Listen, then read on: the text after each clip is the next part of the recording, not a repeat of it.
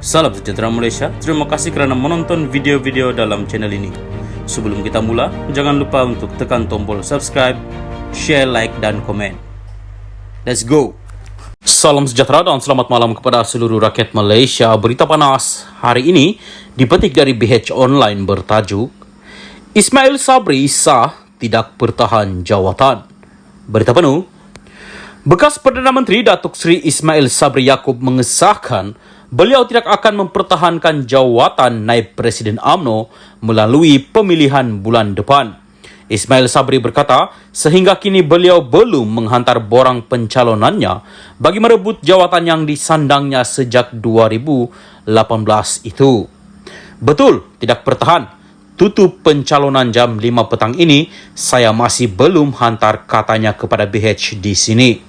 Ismail Sabri bagaimanapun tidak mengulas lanjut berhubung sebab keputusan itu diambil.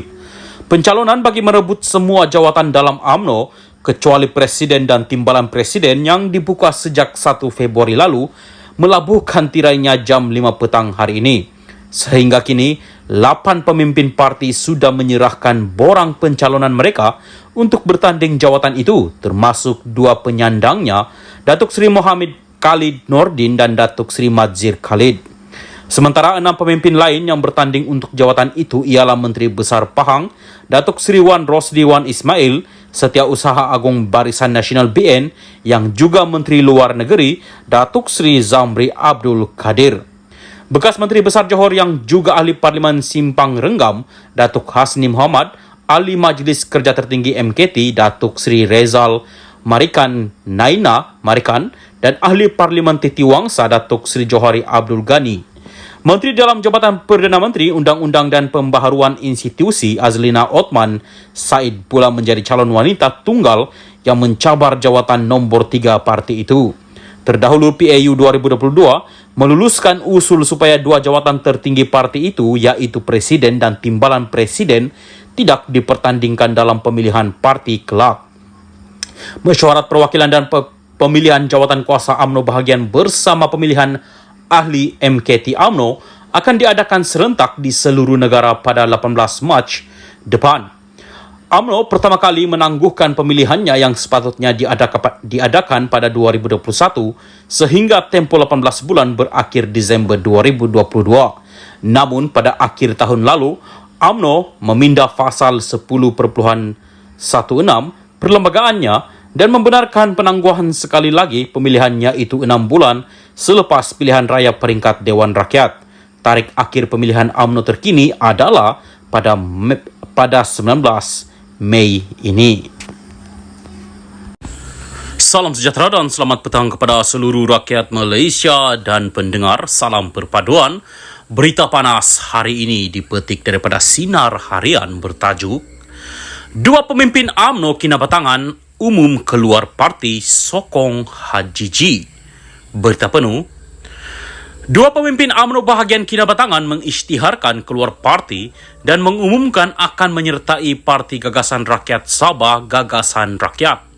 Mereka ialah ahli jawatan kuasa UMNO bahagian kinabatangan Abu Bakar Gapar dan EJK Pemuda UMNO kinabatangan Fazli Kubin.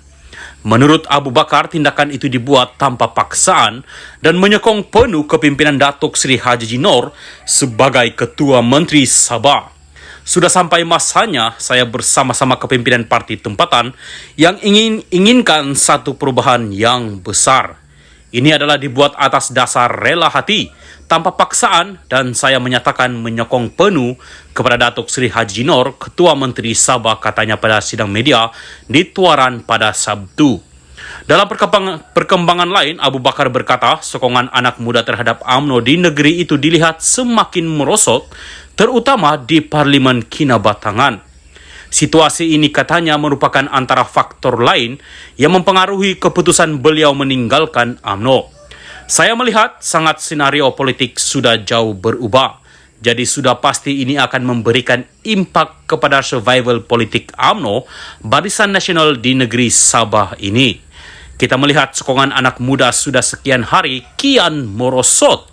Begitu juga kita melihat khususnya di Kinabatangan tambah beliau.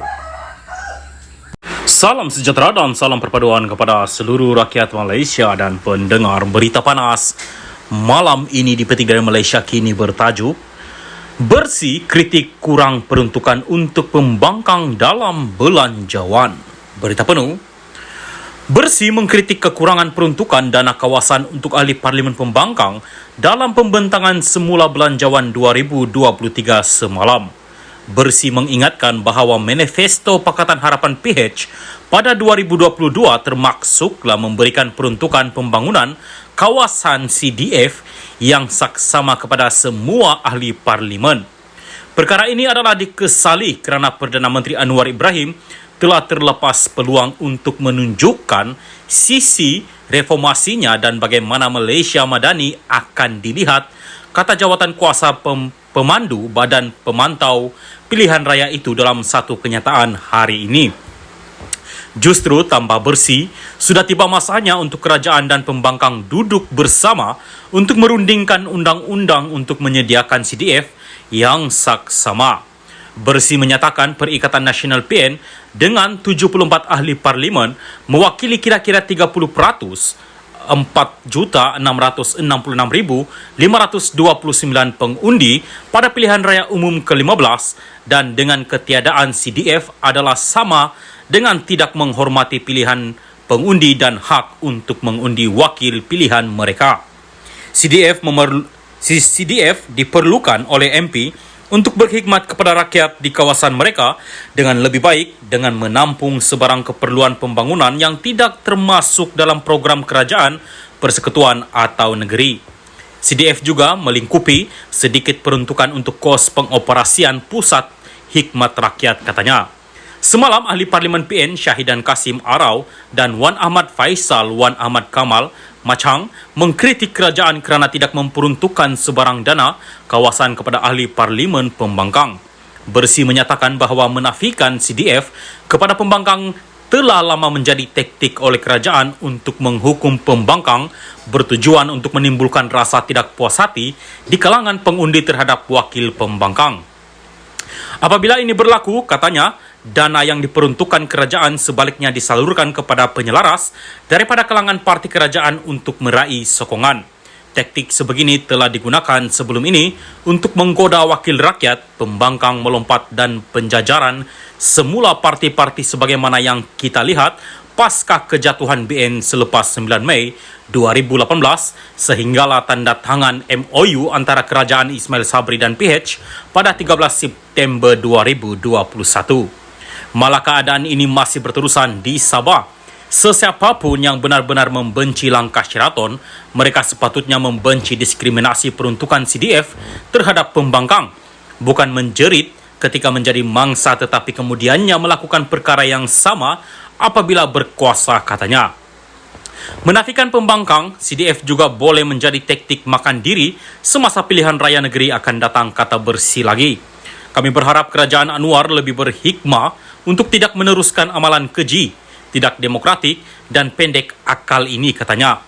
Tegas Bersih, jika Anwar tidak menengani isu itu, Ketua Pembangkang Hamzah Zainuddin harus menyediakan rang undang-undang bersendirian mengenai CDF yang saksama selepas maklum balas daripada kumpulan masyarakat sivil, ahli akademik dan pihak berkepentingan lain.